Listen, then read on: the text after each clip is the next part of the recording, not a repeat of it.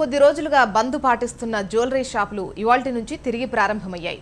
2016 కేంద్ర బడ్జెట్లో బంగారం ఆభరణాలపై 1% ఎక్సైజ్ డ్యూటీని విధించడంతో మార్చి 1వ తేదీ నుంచి దేశవ్యాప్తంగా జ్యువెలరీ అసోసియేషన్ కలిసికట్టుగా బంద్ను పాటించారు. అయితే ఈ నెల 19న అరుణ్ జైట్లీ ఎక్సైజ్ డ్యూటీకి సంబంధించి ఎటువంటి దాడులు జరగవని, బంగారాన్ని సీజ్ చేసే అవకాశం ఉండదని తెలిపారు. దీంతో ఇవాళ హైదరాబాద్లో పెద్ద జ్యువెలరీ షాపులు ప్రారంభమయ్యాయి. అయితే ఇప్పటికీ గోల్డ్మ్యాన్ ఫ్యాక్టరీస్ మాత్రం సమ్మెలోనే ఉన్నాయి. కస్టమర్లను దృష్టిలో ఉంచుకొని రీటైల్ జ్యువెలరీ షాపులు ఓపెన్ చేశామని చెబుతున్న సీఎంఆర్ డైరెక్టర్ జానా రామారావుతో మా business reporter Naveen Reddy face to face చూద్దాం.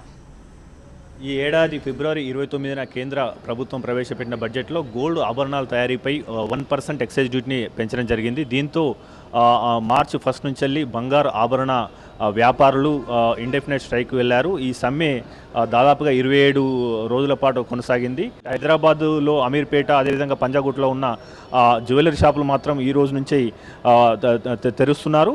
కానీ జ్యువెలరీ తయారు చేసే వ్యాపారస్తులు మాత్రం ఇప్పటికీ స్ట్రైక్లో ఉన్నట్లు చెప్తున్నారు. దీనికి సంబంధించిన మరింత సమాచారం తెలవడానికి మనకు సీఎంఆర్ నుంచి జానా రామారావు గారు ప్రస్తుతం అందుబాటులో ఉన్నారు. ఆయన అడిగి మరిన్ని వివరాలు తెలుసుకున్నారు. సార్ రామారావు గారు చెప్పండి, అంటే ఈ స్ట్రైక్ ఇంకా కొనసాగుతున్నట్ల ఏ షాప్స్ ఓపెన్ ఉన్నాయి?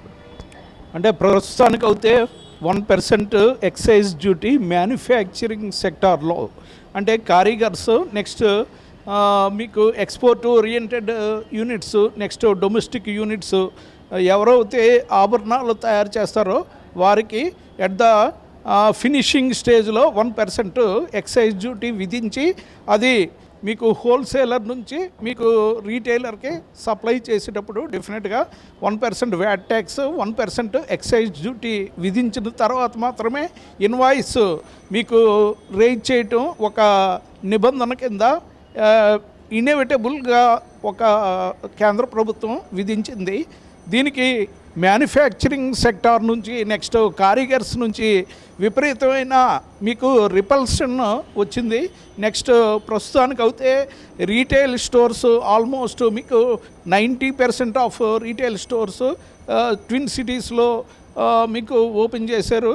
కానీ మ్యానుఫ్యాక్చరింగ్ సెక్టార్లో కారీగర్స్, నెక్స్ట్ మరి కంసాలి వర్తకులు, నెక్స్ట్ మీకు మ్యానుఫ్యాక్చరింగ్ సెక్టార్ అంటే బ్యాంక్ లోన్ తీసుకుని మ్యానుఫ్యాక్చరింగ్ సెటప్ చేసిన 100 కారీగర్స్, 150 కారీగర్స్, 200 కారీగర్స్ ఉన్న మ్యానుఫ్యాక్చరింగ్ సెక్టార్స్ అన్నీ ఇంకా మీకు మూతపడి ఉన్నాయి. ప్రస్తుతానికి వాళ్ళు ఏం చెప్తున్నారంటే మీకు వేస్టేజ్ ఛార్జెస్ ఇంతకుముందు 8 to 10% ఇచ్చే వేస్టేజ్ ఛార్జెస్ 20, ఈవెన్ 30% కూడా మేము ఛార్జ్ చేస్తాం. ఎందుకంటే ఈ ఎక్సైజ్ తీసే వరకు, అంటే కేంద్ర ప్రభుత్వం మీకు విత్డ్రా చేసే వరకు ఈ సమ్మె కొనసాగుతుంది. నెక్స్ట్ ఒకవేళ ఇంప్లిమెంటేషన్ కనుక చేస్తే డెఫినెట్గా మీకు VA charges, wastage charges, manufacturing charges 20 to 30% వరకు హైక్ చేస్తాం అని కారీగర్స్, నెక్స్ట్ మ్యానుఫ్యాక్చరింగ్ సెక్టార్ పీపుల్ మాకు హెచ్చరిస్తున్నారు. కానీ మాకు కస్టమర్స్ మ్యారేజ్ సీజన్ కంటిన్యూస్గా ఉన్న కారణంగా మేము కస్టమర్స్కి సర్వీసెస్ ఇస్తున్నాం. సో ప్రస్తుతానికి అయితే మీకు 8 to 10% విఏ ఛార్జెస్లో మేము కస్టమర్స్కి ఫెసిలిటేషన్ చేస్తున్నాం. కానీ ఈ మ్యానుఫ్యాక్చరింగ్ సెక్టార్ పీపుల్ యొక్క ఒత్తిడి ఎక్కువ అవుతుంది.